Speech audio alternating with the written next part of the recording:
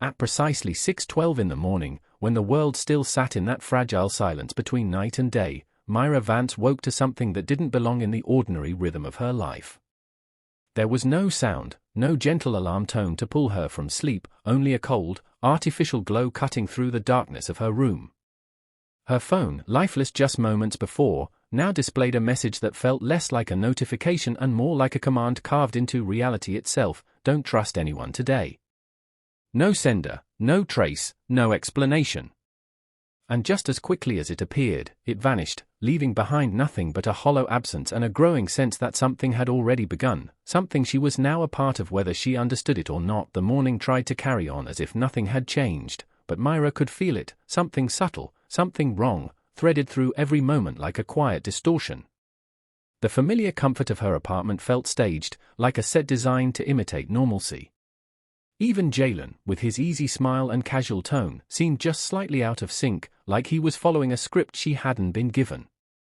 Every word he spoke echoed differently now, layered with doubt, with possibility.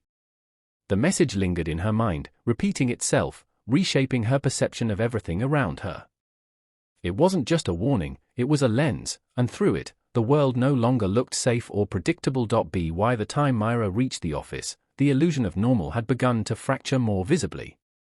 Small details refused to align, glances that lasted a second too long, conversations that stopped too abruptly, smiles that felt practiced rather than genuine. Her colleagues moved as they always had, but now she noticed the gaps, the inconsistencies, the subtle signals that something was being hidden just beneath the surface.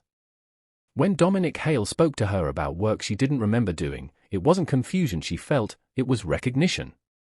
Recognition that she was being guided, nudged, manipulated in ways she hadn't agreed to. And for the first time, she began to wonder if the message hadn't come to warn her of others, but of something much larger. As the hours passed, reality itself seemed to shift under Myra's feet. Her phone, once a tool she trusted without question, now felt like an extension of something unseen, something watching, recording, interfering. Calls she never made appeared in her logs, files moved without her touch, and every digital space she occupied felt compromised. But it wasn't just the technology, it was the pattern. A design she couldn't yet fully see but could undeniably feel tightening around her. The message had stripped away her assumptions, forcing her to confront a possibility far more unsettling than simple deception: that control wasn't external, it was embedded, woven into the very systems she relied on every day. Out in the open, surrounded by strangers and noise, Myra expected to feel safer, but instead, the sense of exposure only intensified. The man on the platform didn't hide his attention, didn't pretend coincidence or casual observation. He looked at her like he knew something, like he'd been waiting for this exact moment to unfold. And when he spoke, it wasn't a question, it was confirmation. "You saw it, didn't you?" In that instant, the isolation became absolute. This wasn't paranoia. This wasn't misunderstanding. This was real, and it was reaching out to her directly. And just as suddenly as he appeared, he was gone, leaving behind something impossible: a second phone, identical to hers, as if reality itself had duplicated the very thing that started it all. Inside the safety of locked doors, Myra faced something far more dangerous than anything outside: the truth.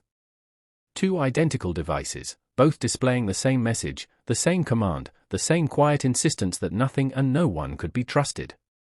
But this time, the message didn't disappear. It evolved. It revealed something deeper, something intentional. "They're testing you."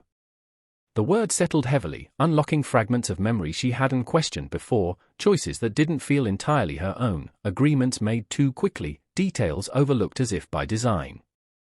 The realization wasn't sudden, it was gradual, sinking in piece by piece until it became undeniable. She hadn't stumbled into this. She had been placed here. The knock at the door was simple, ordinary, and yet it carried more weight than anything else that had happened that day. Jalen's voice, familiar and steady, called out to her from the other side, offering comfort, familiarity, a return to something she used to trust without hesitation. But now, trust itself had become the question. The message echoed louder than ever, no longer just a warning, but a challenge. This was the moment it had been leading to, the point where uncertainty demanded action.